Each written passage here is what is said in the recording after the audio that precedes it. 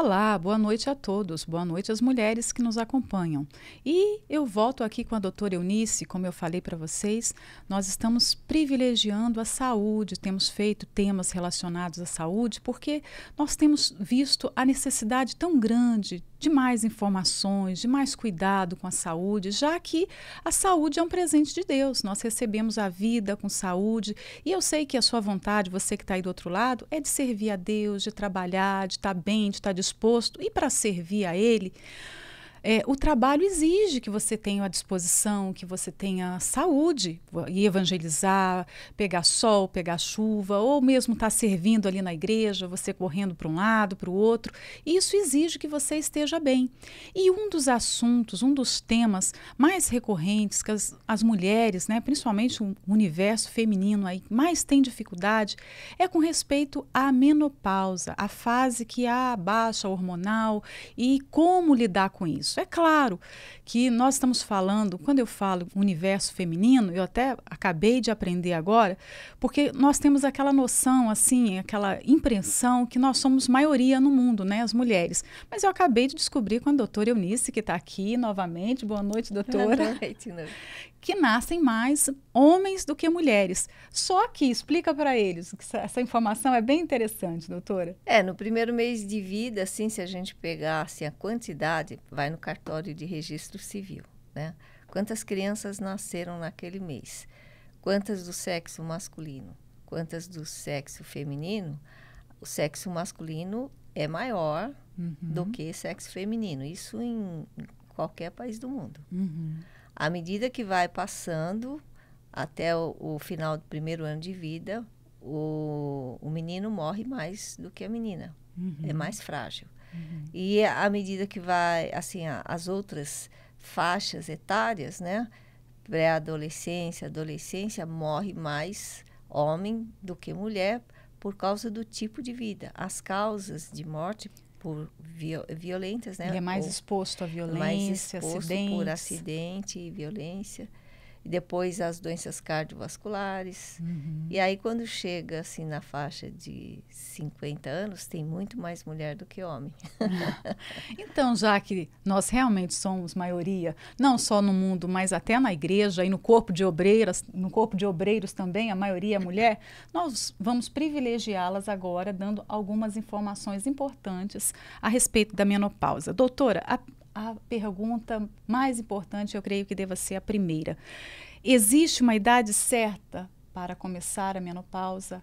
Nós aprendemos com a dona Marilene que climatério e menopausa são coisas diferentes. Isso. Então tá bom. E também, voltando um pouquinho à pergunta anterior, a mulher se cuida muito mais. Verdade. Né? Ela se cuida, ela se preocupa e dificilmente o homem vai ao médico ou faz um check-up. Geralmente é quando a mulher, né, cuidadosa, ela leva o homem para se cuidar. Então aí a gente vê a importância da mulher. Bom, então vocês já sabem a diferença entre menopausa. A primeira menstruação é a menarca, a última menstruação é menopausa. Climatério é o período em que envolve, assim, está se aproximando a menopausa, quer dizer, a última menstruação, né? E logo depois. Então, isso é o período de climatério. Tem uma idade, assim, que a mulher possa ficar mais atenta, que talvez seja o início? Então, varia muito. Geralmente é entre 45 e 55 anos, geralmente, né? Mas tem algumas mulheres que a menopausa vem com 40 anos, que a gente fala uma menopausa precoce, às vezes até 35 anos. Depende muito, tem um fator genético. É bem claro, assim, a mãe parou de menstruar, né, que é a menopausa, a mãe parou de menstruar com 55 anos. Provavelmente, essa moça vai ter a menopausa lá por volta de mais de 50 anos. Então, é um fator genético muito grande. Então, é mais pelos sintomas que você vai percebendo se está chegando a menopausa ou não. Por quê? Porque há um declínio de hormônios, né? Há uma alteração muito grande na produção, principalmente do estrógeno. Então, a mulher que tem aquele ciclo menstrual, tem a primeira fase da menstruação, do ciclo menstrual, tem a menstruação, depois tem a ovulação, né? Então, essa é a primeira fase. É a fase estrogênica, quer dizer que o corpo produz bastante estrógeno. E depois da ovulação, o óvulo, o corpo lúteo, começa a produzir a progesterona. Então, é a segunda fase do ciclo menstrual. Quando a mulher entra na menopausa, há um déficit da produção de estrogênio e de progesterona. E o que causa esse déficit no nosso corpo? De modo geral, assim, o que a gente percebe logo? Eu estou com baixa nesses hormônios. Então, a gente percebe, assim, no próprio ciclo menstrual, a ação do estrógeno e a ação da progesterona, né? Por isso que sempre a gente fala assim, a mulher, na verdade, durante o mês, são duas personalidades. Duas mulheres, não duas só. mulheres.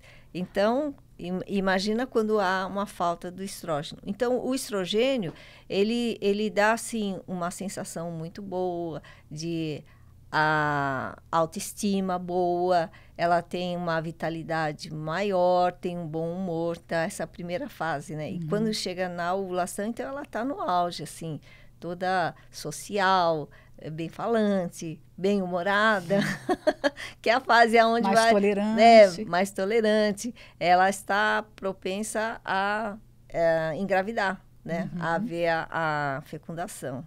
Então essa é a fase do estrógeno. Então quando começa a diminuir, que na menopausa não é de um dia para o outro, começa a diminuir a produção de estrógeno nessa primeira fase do ciclo menstrual. Aí acontece que a pessoa começa a ficar mais quieta, com mais baixa autoestima, começa a ter dor de cabeça, começa a dormir mal-humorada, a pele começa a ressecar, há um ressecamento também do cabelo, da vagina, a libido também começa a diminuir, tudo isso por falta do estrógeno. Então, começa a faltar, ela procura o médico, e o médico, de repente, propõe uma reposição hormonal, né? Porque eu percebo que não existe um consenso médico sobre esse assunto ainda. Você, de repente, pode ter passado por isso. Você vai em um médico e ele te aconselha, é preciso que você reponha os seus hormônios. Você vai em outro e fala, não faça isso porque pode ter riscos. E aí, doutora? Então, é porque existem vários trabalhos mostrando os benefícios e os malefícios da reposição hormonal. Por isso que não há um como consenso. Como em toda medicação, né? O mais importante, a gente sempre fala, a clínica é soberana. Quer dizer, qual que é o sintoma que a pessoa apresenta? Se a pessoa, às vezes, passa bem, aí parou de menstruar, já teve a menopausa e está bem, 20% das mulheres não tem problema nenhum. Só 20%? Assim, que tem algum problema, 75% a 80%, mas não são problemas assim que atrapalham a vida da pessoa. Então, se a pessoa está bem, não tem necessidade de haver a reposição hormonal. Mas, quando começa essa diminuição muito forte da produção de estrógeno, a pessoa começa a ter essas alterações hormonais, começa a ter os efeitos que a gente fala de cardiovascular, começa a ter um fogacho, né, que fala que aquelas ondas de calor, mas muito forte, a pessoa assim não aguenta de tanto calor, começa a suar bastante, né? Então fica um suor assim excessivo, começa até a pingar. Então é insuportável. À noite, principalmente, começa a suar muito, a ter muita onda de calor. Atrapalha o sono. Atrapalha o sono, abre a janela, aí começa, às vezes, além de ter, assim, o rosto fica vermelho, começa a suar muito e de repente passa, né? Aí há uma alteração de humor muito forte por causa dessas alterações hormonais. Tá bem, daqui a pouco tá mal-humorada, tá brigando, tá intolerante. A pele começa a ressecar. Não tem muita vontade de fazer o sexo, porque a libido diminui. Então, tudo isso diminui muito a qualidade de vida. E então, aí está indicado a reposição hormonal. Nem sempre é só através de reposição hormonal que há uma melhora nesses sintomas. inicialmente, e por isso que é muito individual e há necessidade de um acompanhamento médico. Por isso que não tem um consenso. Cada pessoa tem uma história de vida.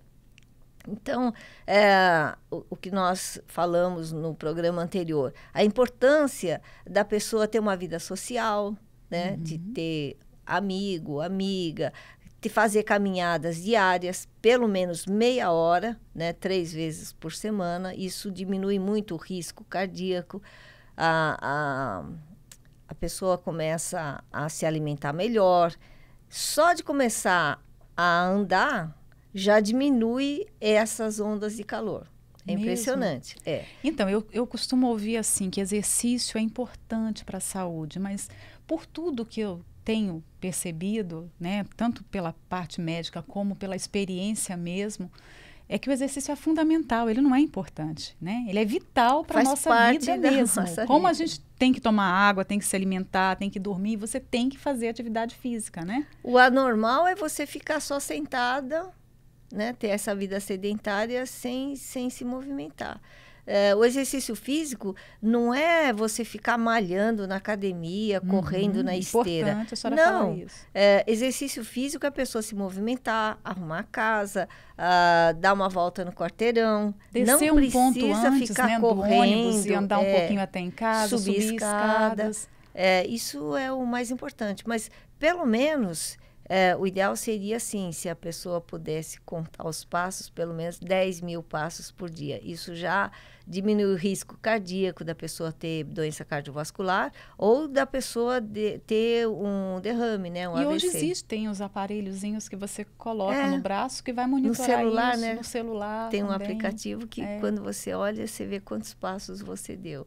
10 mil passos todo dia previne doenças cardiovasculares. Que bom, hein? Olha, que legal. Doutora, para a gente finalizar, então, o risco de câncer de mama e outros cânceres que estão associados à reposição hormonal, quais são, na verdade? Então, quando não se indica, a indicação é muito precisa, há necessidade da prescrição médica, ver os antecedentes. E a mesma coisa, porque o cuidado, porque não é inócuo. Se a pessoa tem antecedente de câncer ou de embolia, então a pessoa às vezes tem varizes, não é indicado ficar tomando hormônio. Ou outras doenças, principalmente cardiovascular, não pode tomar a reposição hormonal. E está de olho no histórico familiar, né? O histórico familiar aumenta a incidência de câncer de mama com a reposição hormonal.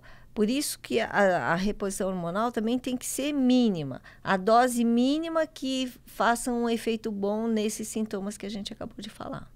Então, você que está aí nessa fase, vivendo talvez todos esses sintomas que a doutora falou, e ela falou uma palavra aqui que eu achei muito interessante.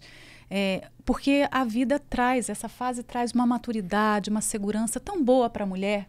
Então, tem como você diminuir esses efeitos ruins dessa baixa hormonal, se tratando, indo ao médico, fazendo a dosagem dos seus hormônios, ouvindo o conselho, praticando, mas também se socializando, conversando com as pessoas. Não fique isolada no seu cantinho, pensando que só você passa por isso, que a sua vida está muito ruim, que está tudo acabado, que agora vai ser só assim, né, doutora? É importante que você vá à igreja, mas que você se socialize, esteja junto das pessoas, entre num grupo, numa atividade. Principalmente assim, tem vários tipos de grupo. Então, você tem que ver a sua vocação. Tem gente que não gosta de evangelizar num hospital. E tem pessoas que adoram. Ou então ir lidar com morador de rua, ou o Projeto Caleb. Você tendo outras pessoas que têm o mesmo interesse, você vai ver que você não está sozinha no mundo e seus problemas são iguais ao... Ou talvez insignificantes insignificante de outras pessoas. Isso melhora muito a qualidade de vida. Você vai estar ajudando o próximo e você vai estar se ajudando também. Doutora, muito obrigada pela ajuda. Tenho certeza que as nossas amigas gostaram muito. E já fica um convite para um próximo programa, tá bom? Obrigada, eu que agradeço. Até lá, então.